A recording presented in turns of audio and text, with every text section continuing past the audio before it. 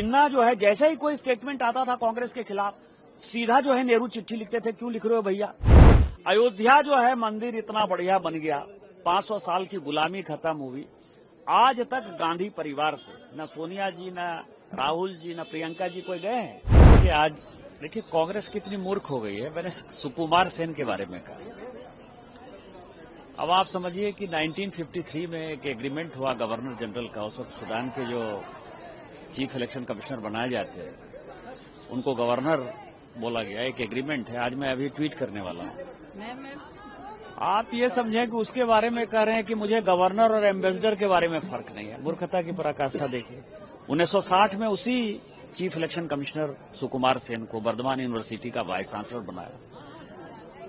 कितने लोगों को पद्म भूषण दिया, आज मैंने ट्वीट किया है। आर.के. त्रिवेदी को गवर्नर बनाया, वी.एस. रमादेवी को गवर्नर बनाया, एम.एस. गिल जिसने सोनिया गांधी जी को बचाया वो मंत्री बने, टी.एन. शेषन उनका चुनाव लड़े और उन्होंने कहा कि मैं स्टाम्प मोहर हो जाता हूं जब मैं जाता हूं कमेटी में।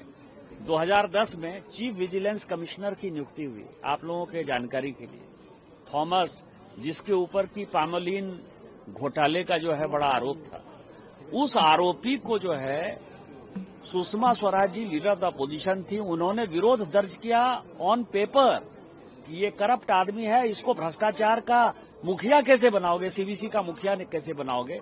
उसको इग्नोर कर दिया, बुलडोज कर दिया। सुप्रीम कोर्ट में केस चला, सुप्रीम कोर्ट ने उसको हटाया। तो आप ये समझिए, उसी तरह से मैं आपको बताऊं कि एक सीबीआई के डायरेक्टर थे, उन्होंने बहुत जो है 2G में इन लोगों को पैसा कमवाया, उसको यूपीएससी का मेंबर बनाना चाहते थे। और सुषमा जी ने उस पेपर पर लिखा कि he is the most corrupt CBI director I have ever seen. तो उसको जो है आप ये समझें कि उसको एनएचआरसी का मेंबर नहीं बना पाए, क्योंकि एनएचआरसी में होता था, उसको यूपीएससी का मेंबर बना दिया। और फाइनली उसी करप्शन में यूपीएससी के मेंबरशिप से उसको हटना पड़ा। अभी भी वो जिंदा है। ये कांग्रेस है भैया, ये चोरों की सरदार है, चोरों की पोटली है। इसलिए राहुल गांधी को कोई सीरियसली नहीं लेता, मुझे भी नहीं लगता कि कभी सीरियसली लेना चाहिए। मैंने तो वो लेटर रिसीव किए ना। आपको पता है कि सोनिया गांधी जी ने नेहरू मेमोरियल से सारी चिट्ठियां चोरी करके लेके गई हैं। लगातार नेहरू मेमोरियल लिख रहा है, नेहरू जी की चिट्ठियां वो नहीं दे रहे हैं। लेकिन ये जो राइटर है, इस राइटर ने 2007-8 में बुक लिखा था, इसीलिए वो नेहरू मेमोरियल में जो लेटर थे, तो जिन्ना जो है जैसे ही कोई स्टेटमेंट आता था कांग्रेस के खिलाफ, सीधा जो है नेहरू चिट्ठी लिखते थे, क्यों लिख रहे हो भैया। और उसी तरह से यदि नेहरू जी जिन्ना के खिलाफ लिखते थे तो जिन्ना जो है लिखते थे। उसी तरह मुस्लिम लीग का जो मेन आदमी था फजलुल हक, उसके लिए भी इसी तरह की बातें हैं। मैंने तो सारी चिट्ठी कही, कौन पेपर जो है मैं डाल देता हूं।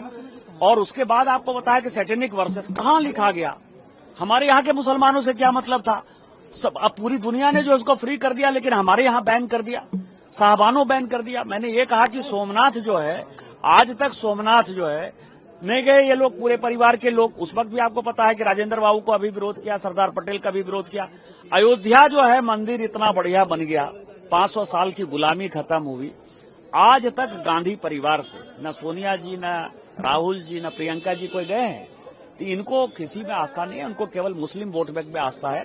और एसआईआर का जो विरोध है बंगाल में, जो मैंने बताया, चाहे मालदा हो, मुर्शिदाबाद हो, दिनाजपुर हो, चाहे 24 परगना हो, चाहे मेदिनीपुर हो, चाहे कोलकाता हो, जिस तरह से मुस्लिम पॉपुलेशन बढ़ा है, वो 1907 से लेकर 1947 तक जो भारत की स्थिति थी, जिसमें कांग्रेस मुस्लिम परस्त राजनीति कर रही थी, आज भी वही कर रही है। और एसआईआर और ईवीएम का विरोध इसी कारण से होगा।